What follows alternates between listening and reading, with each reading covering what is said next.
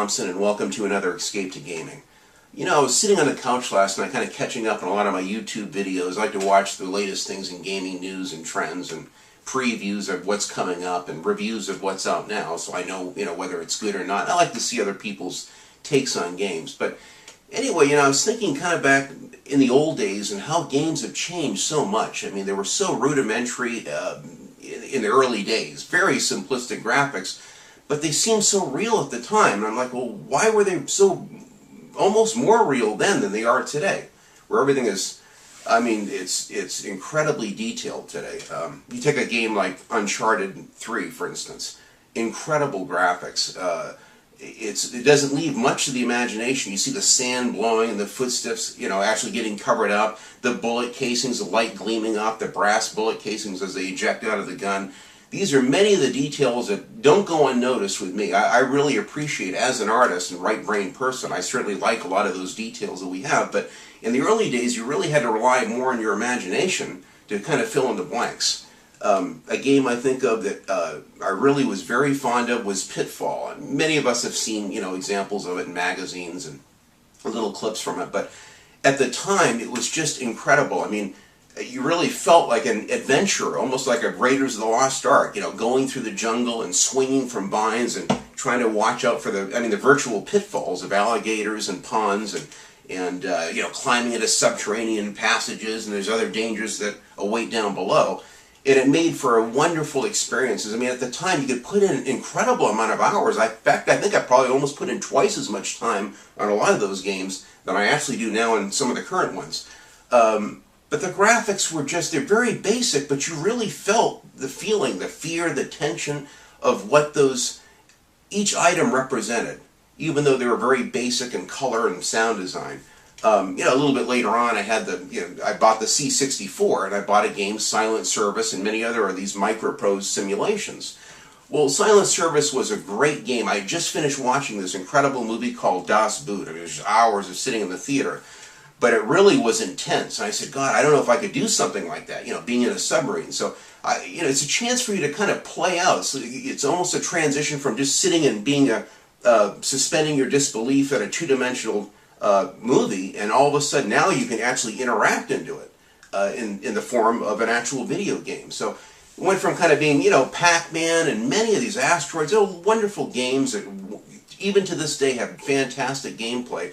But I kind of like the adventure of kind of all of a sudden doing things that perhaps you couldn't do in real life. So, Silent Service in particular, you're in the sub, you go down, you wait till dusk at periscope depth, you see a convoy in the Sea of Japan coming, and you had to kind of calculate your shots, and there was really a lot of tension that was built up, and a lot of even the very simple sound effects on the C64 made it very exciting. In fact, I spent over 9 hours that first night playing Silent Service. I would literally, the sun came up the next morning, and my wife was asking for eggs. No, forget about it. I'll be there in a minute.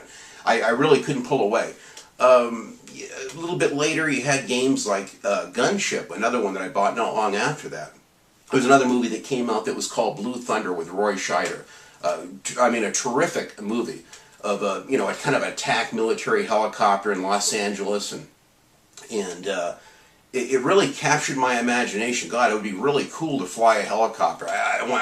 You start wondering actually what it would be like. So now these games gave you a vehicle that you could actually kind of delve into it and see what it was like. So to me, as basic as the graphics were, you're in the helicopter, the music kind of picks up, you've got all these commands, and of course you had a little keyboard at the time, but you really felt like you were in control of this attack helicopter. I mean, it's almost a joke looking back at some of the graphics, but you're popping up behind a hill. The trees were represented by these really basic little sticks that were kind of coming up, but you felt you're at tree level, kind of waiting for a convoy of tanks to approach behind the hillside. You'd pop up, fire your Hellfire missiles, and get the hell out of there. I mean, it was fantastic. I mean, these are fantastic and stupendous times as a gamer.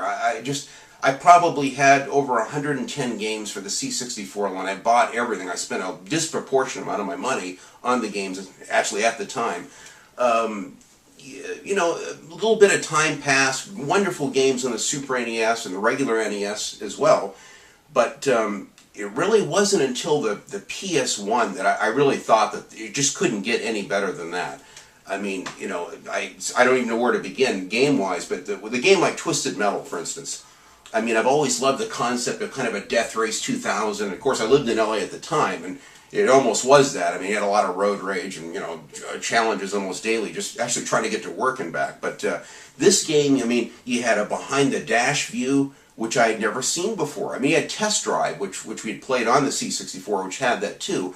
But now it's a combative. You got miniguns on your front fenders. You're firing rockets. Just the fear that I would feel when they're chasing you down these alleyways and streets or the LA canals was over the top. I mean, it really created a world for me to really get excited about playing. I probably put in, who knows, maybe 80 hours in Twisted Metal the first few months it was out. And the split screen they had for that was just absolutely insane. I mean, a friend of mine and I, he wouldn't go home. My wife was just getting irritated because he wouldn't leave. But anyway, the games were just wonderful. Really good times to be a gamer. And of course, you know, it transitions up into the wonderful graphics of the PS2. You got a much more powerful consoles now and the regular Xbox, and it kind of went up from there. But looking back on it, you really learn to use your imagination to kind of fill in the blanks and create the adventure that you wanted to have. And the games were actually fairly expensive. Today the games have never been cheaper. The consoles have never been cheaper. The availability of games. We didn't have the internet back then to see if the game was good or if it, you know, is this going to be a good game or bad. You go into a store and you pick up a box and you had to look at two games basically and say, God, which one do I? You knew nothing about them unless you were fortunate enough to have an early gaming magazine. There really weren't a lot of them. So you had a chance to kind of, you'd sit maybe, you know, 30 minutes in a gaming store, electronics boutiques or something, you're kind of, you know, wondering if the manager is going to actually toss you out of there, and you felt pressured to kind of make a decision. So you kind of went blind. Quite often, maybe a third of the games I bought I wasn't really enamored with, but you try to find the fun in them and enjoy them for what they were. And I had other friends I could trade a few for some of the ones that they had that they weren't crazy about. But overall, it was just wonderful times. So today, in contrast, and really is the point of my little rant here, was just to kind of show you how good we have it. I mean, the graphics. I'm looking at some of the screenshots of what's coming up in Crysis 3, and lately I've just been this. I mean, I just picked up Far Cry 2 for like $10 used, really cheap. And I put it in, I can't believe the graphics. I mean, I'd never played. I wasn't a real big fan of the first one on the regular Xbox. And a friend of mine goes, oh my God, dude, you haven't played Far Cry 2? So I wanted to play and try it out. The graphics are insane. And I think that what I've seen now with Far Cry 3 coming out is virtually a quantum leap in graphics. I mean, it's incredible in just a short period of time how awesome the graphics are. I mean, in '09 I got Wolfenstein, one of my favorite games, kind of a follow-up reboot of Return to Castle. And the graphics blew me away. The way just you pick up a sign or an item, or the way the light gleamed off from an MP40 was insane. I didn't think it could get really any better. So this is a wonderful time we live. You don't even have to, you're almost for like lazy gamers. It fills in the blanks for you. You don't have to really rely too much on your imagination. So it makes it even easier to, frankly, to focus on what's at hand with the tactics, and you can really be more of an immersive experience because of the incredible sound design, graphics, production quality that we have in these games today. So I just wanted to encourage everyone to really be thankful for the age that we live in game-wise. I mean, we really haven't had it as good as this. There's so much that's coming out. I mean, and it's a buffet. I mean, honestly, of games that we have available. You can go in right now and spend $100 and create hundreds of hours of immersion. Kind of reminds me of the movie, the old movie Total Recall with Arnie. And you go in there and you can sit down in a chair and basically you pick the adventure. You pick the character you want to be, the kind of adventure that you basically want to dive into. And it's all there. It's all there. It's all from a console. You can sit at your couch or sit at a PC, and it's worlds within worlds. It's a fantastic age that we live in. So appreciate the games and really try to see how far we've come. I mean, I had no choice. I've kind of grown up right actually from day one with the gaming. So I've seen the whole transition. And it's been wonderful. It's been a wonderful journey. It's went from almost the abstract art-like graphics of the early days to, I mean, almost a photorealism painting that we have today, if you had to compare it to art. So anyway, that was kind of my feelings that I wanted to talk about. as far as having a deeper level of appreciation for games as a gamer. In fact, I just yesterday got this Hitman Absolution. I can't tell you how stoked I am and excited to play this. I installed it last night. I'm going to be playing it right after this little rant that I'm doing, actually.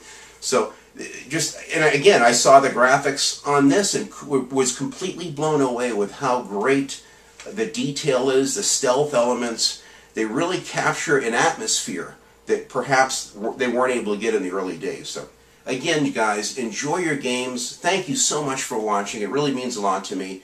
And just try to take each day to appreciate this wonderful hobby that we have. It's never been better. It honestly really hasn't. So, thanks again. And again, you've been watching another episode of Escape to Gaming. See you guys.